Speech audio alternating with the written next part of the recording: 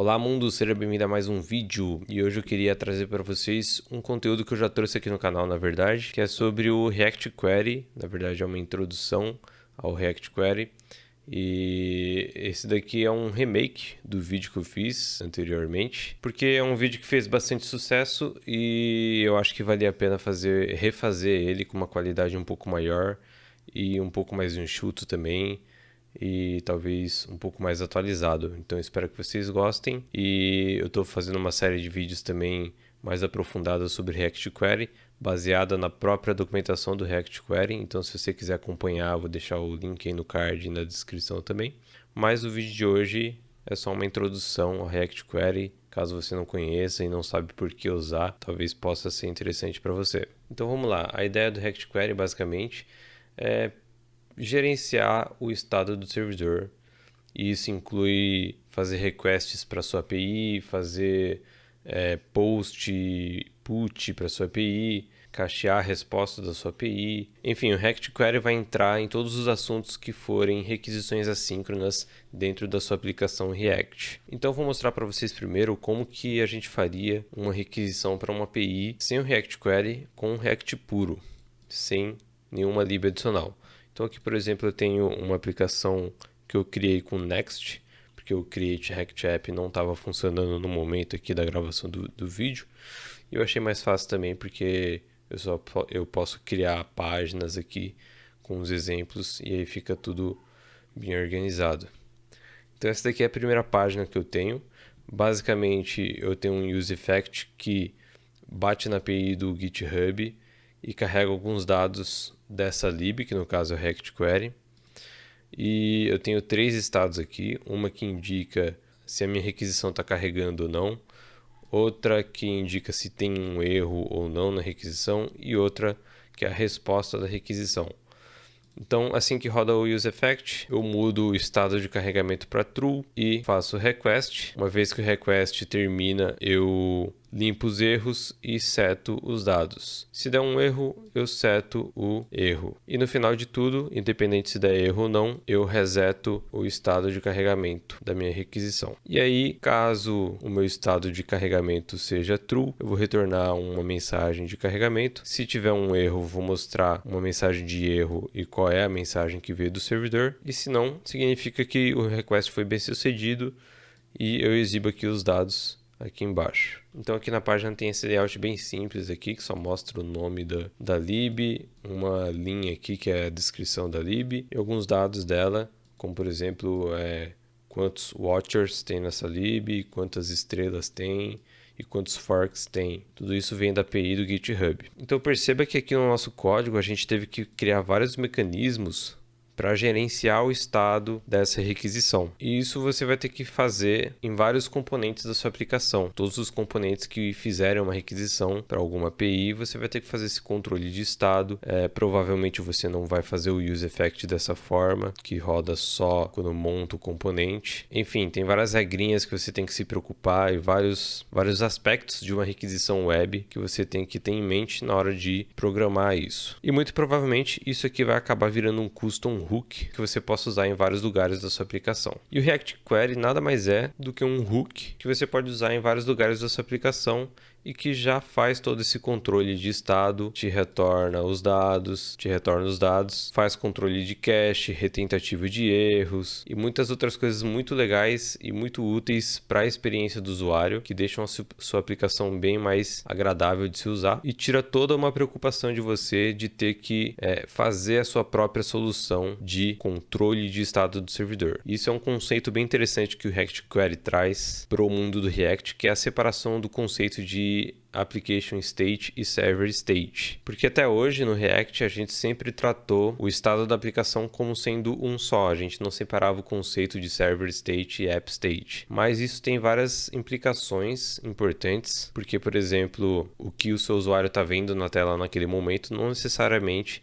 é o dado que está no servidor. Então, naturalmente, você deveria controlar esse estado de forma separada. Ou, por exemplo, quando um usuário está preenchendo um formulário, aquilo ali é o estado da aplicação no navegador do usuário, mas não é o estado da aplicação no servidor. Então são coisas naturalmente separadas. E existem vários desafios na hora de gerenciar o estado do servidor, principalmente controle de cache, deduplicação de requests, enfim, várias coisas que são resolvidas melhor quando a gente separa esses dois conceitos. Então isso eu acho bem interessante do React Query. E se você quiser saber mais, eu recomendo ler a documentação do React Query ou assistir essa série de vídeos que eu estou fazendo sobre o React Query, lendo a própria documentação dele. Mas vamos seguir aqui com nossos exemplos. Então aqui eu tenho uma outra página que é o mesmo layout, a mesma coisa, só que com React Query. Então aqui quando eu atualizo, ele mostra o loading e depois mostra os dados. Aí eu vou mostrar para vocês como ficou o código. Então aqui primeiro a gente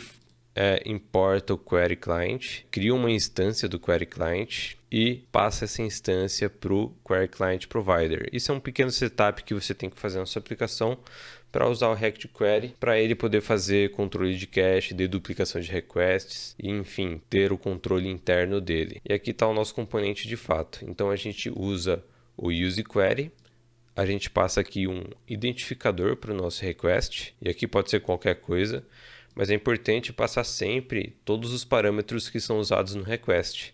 Então, por exemplo, se aqui você for carregar um post com ID 1, é importante passar esse número 1 aqui na Query Key também, para o React Query poder fazer o controle dessa requisição de forma única e não se confundir na hora de remover requests duplicados, porque pode acabar gerando bugs na sua aplicação. Aí aqui a gente simplesmente passa uma função que vai fazer uma requisição assíncrona e retornar os dados, que é a mesma coisa que a gente tinha aqui no nosso outro componente sem React Query, é um fetch aqui, que depois seta os dados, mas aqui no caso a gente só precisa retornar nessa arrow function, que aí o React Query vai fazer tudo que ele precisa lá dentro. Então aqui ele já retorna para mim o isLoading, o error, o data, e tem outras coisas também, como por exemplo status, que é parecido com o isLoading. Na verdade o isLoading é derivado desse status. Então esse status aqui, ele é um valor de string, ele pode ser um desses 4 valores. Então quando o status for loading, o isLoading vai ser true. Ele também retorna, por exemplo, o refetch, que é uma função que você pode executar a qualquer momento para reexecutar essa requisição. Enfim, ele retorna várias coisas prontas para você usar. E aí, baseado aqui nos estados que ele retorna, você pode renderizar a sua mensagem de carregamento, ou a mensagem de erro, ou os dados em si. Então, todo aquele controle que a gente fez manualmente aqui, o React Query já faz para a gente de uma forma bem organizada e bem validada por muitos outros devs que usam o React Query. Então, usar uma lib pronta que já faz todo o controle para a gente do estado da requisição e que teve muita engenharia feita na construção dela é bastante útil para você acelerar o seu desenvolvimento. E junto com essa facilidade de já ter os estados retornados e etc., tem várias outras coisas muito interessantes que o React Query faz por padrão. Por exemplo, uma coisa que eu acho bem legal é que toda vez que a janela ganha foco novamente, o React Query refaz o request. Então, por exemplo, aqui eu estou dando foco no DevTools, e aí eu clico na página, ele fez o request de novo. Vou limpar aqui para vocês verem. Aqui está limpo. E aí eu vou clicar na página de novo, ele refez o request. Então a sua página vai estar sempre com dados atualizados, porque toda vez que o usuário voltar para a página, o React Query vai fazer o request novamente para pegar os dados mais atualizados possíveis. É claro que nem sempre isso é desejável, então é muito simples de passar uma opção aqui para evitar de fazer esse refetch no Windows Focus. Então você pode passar aqui o refetch on Windows Focus como false, e aí ele não vai mais refazer a requisição toda vez que a janela ganhar foco. Eu estou clicando aqui no DevTools e voltando para a janela, e ele não faz o request. Outra coisa bem interessante é a retentativa de requests com erro. Por exemplo, eu vou bloquear esse request aqui no Chrome. E agora toda vez que esse request for executado, vai dar um erro. Então olha só, aqui deu erro uma vez. E aí o próprio React Query, ele tenta fazer o mesmo request de novo, mais 3 vezes. Então ele fez a primeira vez, não conseguiu. Fez a segunda, fez a terceira e fez a quarta, mais 3 vezes além da primeira vez. E aí, quando finalmente ele desiste, aí sim ele mostra a mensagem de erro e coloca o isloading como false e seta a mensagem de erro aqui para a gente poder exibir. Então isso é bem interessante também, porque muitas vezes a API tem alguma instabilidade que é coisa momentânea e o próximo request funciona. Então o React Query ele tenta algumas vezes o request antes de desistir, o que muitas vezes a gente esquece de fazer na nossa aplicação. Então esse é um recurso que melhora bastante a experiência do usuário. E é claro que isso é totalmente configurável também. Você pode vir aqui e dizer quantas retentativas você quer, quanto tempo você quer que o React Query espere para fazer a retentativa. No caso aqui, a cada vez que ele tenta fazer a requisição, ele vai aumentando o tempo de espera. Então, por exemplo, depois que ele fez a primeira tentativa, ele tenta de novo com 5 segundos. A próxima tentativa vai ser com 10 segundos de delay. E aí, se falhou, ele vai tentar de novo depois de 20 segundos. Estou dando um exemplo, não sei se é esse valor mesmo, mas essa é a ideia. Isso também é configurável através de opções aqui no UseQuery. Então, avançando aqui nos nossos exemplos, eu vou mostrar um outro recurso bem interessante do React Query também, que é baseado nessa Query Key. Deixa eu abrir o outro código aqui. Então, eu tenho um exemplo de uma página, que seria um rascunho de um blog, por exemplo.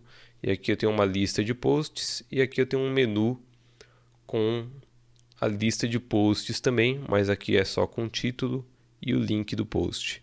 Então, aqui eu tenho dois componentes que mostram o mesmo dado, praticamente. A diferença é que aqui tem um breve resumo do post também. Mas as duas listas vêm do mesmo endpoint da API, que é o